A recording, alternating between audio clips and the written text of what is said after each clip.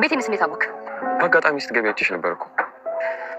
ለማንኛውም አመሰግናለሁ፣ ግን ደግሞ ሌላ ጊዜ ሰፈር ውስጥ እንደዚህ አትንዳሽ።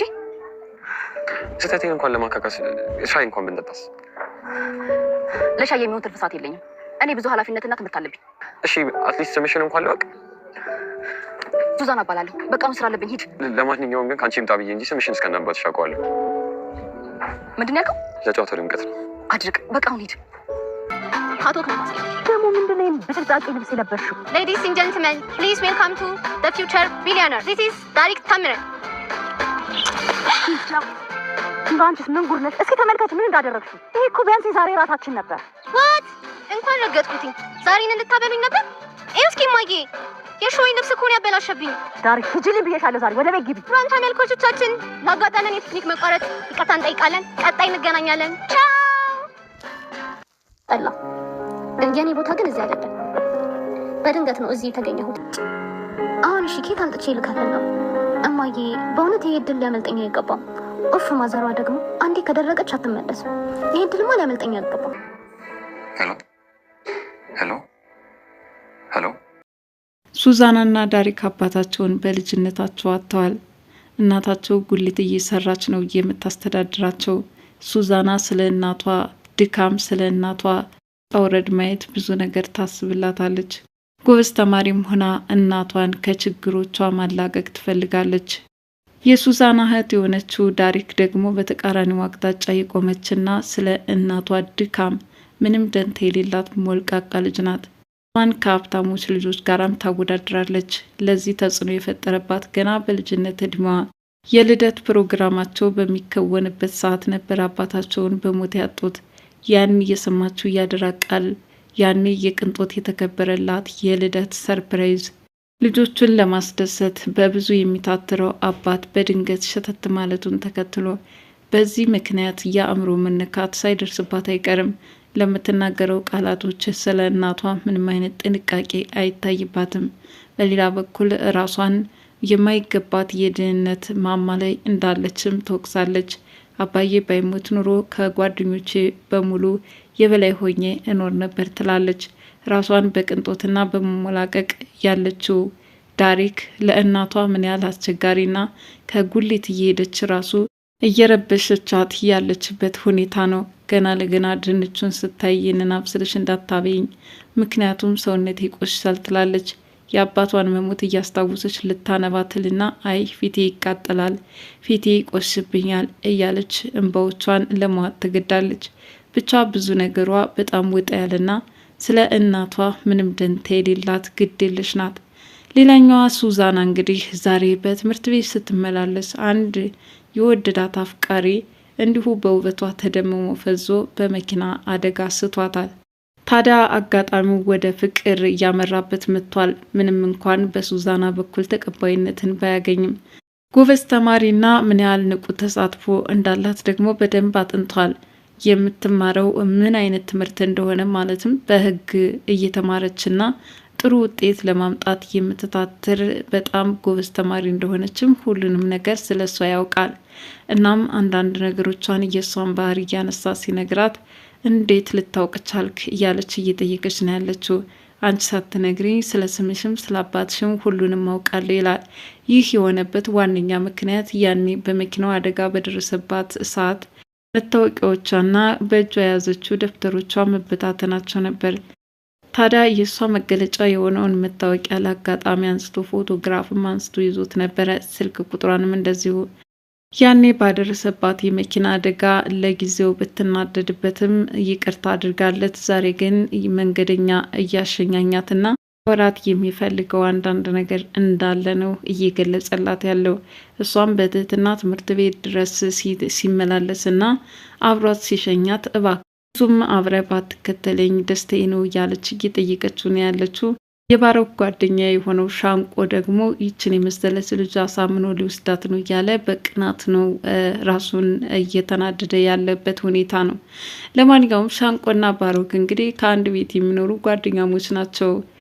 በመኪና ያደረሰባት አደጋ ወደ ፍቅር ሊያመራ እንደሚችልም ከዚህ በፊት ምናልባት አንዳንድ አደገኛ አጋጣሚዎች መቼም በህይወት የማይረሱ ናቸውና እድሜ ዘመናችሁን የማትለያዩ ፍቅረኛሞች ልትሆኑ ትችላላችሁ እያለ ያበረታታው ቢሆንም የኋላ ግን የሱዛናን ውበት ሲያይ በጣም ተደምሞና ፈዞ ይቀራል። እችን የመሰለች ልጅ ሊወስዳት ነው በቃ እያለም እየተናደደ ያለበት ሁኔታ ነው። ቤታቸው ድረስ በመሄድም እንግዲህ ዛሬ ላይ ሱዛና ልብስ ስታጥብና ለእናቷ ያላትን ክብር በደንብ ሲመለከቱ ነበረ። በመጀመሪያ ሱዛና እነዚህ ልጆች ስትገናኛቸውና ስትተዋወቃቸው በሻሽ ተጠፍራ ነበር። የኋላ በጣም አምራና ቆንጅታ ወደ ትምህርት ቤት ስትሄድ ጸጉሯ ተነስንሶ ሲመለከቱት ትናንትና ሻሽ የነበረችው ልጅ ዛሬ ጸጉሯ ከየት መጣ ይላሉ። ብዙ ነገሩ ያስደምማቸዋል። ሌላኛው እንግዲህ አብርሽና ሻንቆ ደግሞ በግዴለሽነት የሚኖሩ ደንታቢ ሲሆኑ ፍጥረት ናቸው። እናም የምግብ አበሳሰላቸው ራሱ በጣም ያስገርም ነበረ። ሽሮውን ከሙዝ ቀላቅለው እንደፈለጉ ይከረባብቱት ገብተዋል። ያደረገበት ደግሞ ዋነኛው ሻንቆ ነው። ባሮክ ስልክ የተደወለለት ሻንቆ ለምግቦች ሁሉ ምላሽ የሚሰጠው እንደፈለግ ከረባብት ጨምረው ቆንጆ ምግብ ይሆናል፣ ዲኮሩን አሳምሮ ይላል። ምን ከምን እንደሚገባ በቅጡ እንኳን አያውቁትም። ከአንድ ጆክ ውሃ ላይ ቲማቲም ከልስበት፣ በዛ በላይ ሽንኩርት ይላሉ። ብቻ በዚህ ሁኔታ የተሰራችው ሽሮ ለጉድ ነው ትላላችሁ። እናማ ባሮክና ሻንቆ ኑሮ እየተከረባበተባቸውና ምንም አይነት ደንታ የሌላቸው ግራ የገባቸው ፍጥረቶች ናቸው። ሱዛና እህት የሆነችው ዳሪክም እንደዚሁ ግራ የገባት ናት። እንግዲህ የሁለት ዓለም ሰዎች የሆኑት አንደኛው ለአንደኛው ሲያስብ፣ ሌሎኞቹ ግን ግዴለሽነት የተሞላባቸው ወጣቶች ናቸው። እናም ዛሬ እንግዲህ ዳሪክ በተለይ ባሮክን ስታዩ ይሄማ በጣም ባለመኪና ነው የሚሆነው፣ እኔ የሀብታም ሚስት መሆን የሚፈልገው፣ እኔ ኑሮ ድህነት አይመጥነኝም፣ አባዬ ግን ባትሞት እኮ ምንኛ ደስ ባለኝ፣ እንደዚህ የድሃዎች ድሃ ተብለን አንጠራም ነበረ፣ በዚህ ዶሳሳ ጎጆም አንኖርም ነበር፣ ለእኔ ይህ ህይወት በጭራሽ ማስበውና ከማመዛዝነው በታች ነው ትላለች። መቼም ድህነትን ወዶና ፈቅዶ ወደ ጓዳው የሚያስገባ የለም። ይቻለም ስለፈጋችሁና ስለለፋችሁባትም የምትቀይሪ ወይም የምትለወጥ አይደለችም። እናም ሞልቃቋ እንዲሁ እንደተሞላቀኩ በጣም አምሮብኝና ደምቅ መኖር ነው የምፈልገው ትላለች። የእናቷ ድካም ለዳንታው አይደለም። ሱዛና ግን ደርሼ የእናቴን ችግር አሳልፌላት ከገበያ ጉሊት አውጥቻት እያለች ብዙ ነገር እያሰበችላት ነው። እንግዲህ የሁለት ዓለም ሰዎች የሆኑት የሱዛናና የዳሪክ እህትነት ሱዛናን እያናደዳት እያበሳጫት ይገኛል። ማለትም ለምንድነው አንቺ ግዴለሽ ሆንሹ ትላለች። በሌሊት ተነስታ የምታየው ህልም ራሱ ለእነሱ አስደንጋጭ ሆነ እንጂ ለእሷ መዝናኛዋ ነው። እናም በህልሟ የምታየው ነገር ከታዘዘላት ፒዛ ላይ የሆነ ያልሆነ ምግብ እንደተጨመረባትም ትቀዣለች። እባካችሁን ይህን አታድርጉብኝ፣ ያቃጥለኛል፣ ወዘተረፈ እያለች ትለፈልፋለች። ድሀ በህልሙ ቅቤ ያኝካል አሉ። ትንሽ ያጣሽውን በህልምሽ አጣጥሚው እያሉ ይሳለቁባታል። እሷም ይሄውላችሁ እናንተ ያላዘዛችሁትን በህልሜ እየበላው ነበር፣ ደግሞም እኮ እንደዚህ አይነት ህልም አይቻል አቅም፣ ለምን ቀሰቀሳችሁኝ? ከህልሜ ስለምን አቋርጣችሁኝ? ትላለች ዳሪክ።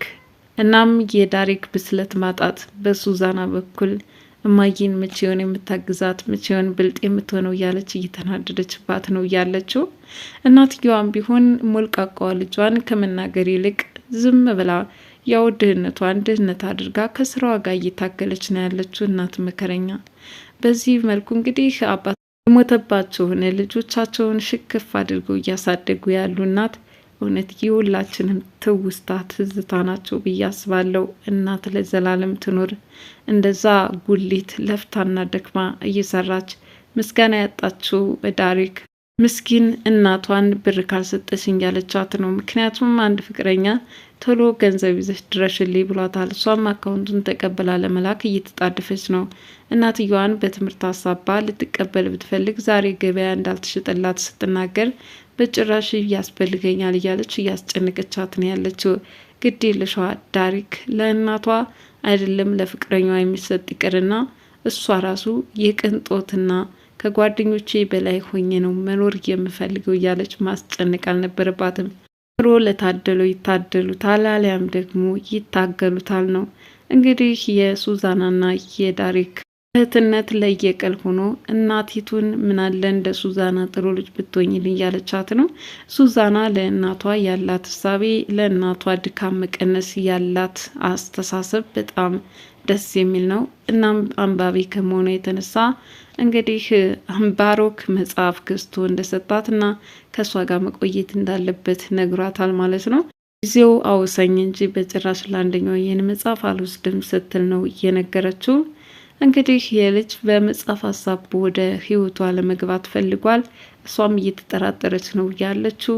ምናልባትም እኮ መጽሐፉን አልቀበልም ብለው የሚቀርብ ለኔ ነው የምወደው መጽሐፍ ነው ያመጣልኝ፣ ስለዚህ አውሰይ ብዬ ልቀበለው በማለት የኋላ ኋላ እንግዲህ ታውሰዋለች ማለት ነው። እሱም አብሬሽ ልሂድ እያለ እየተከታተላት ነው ያለው።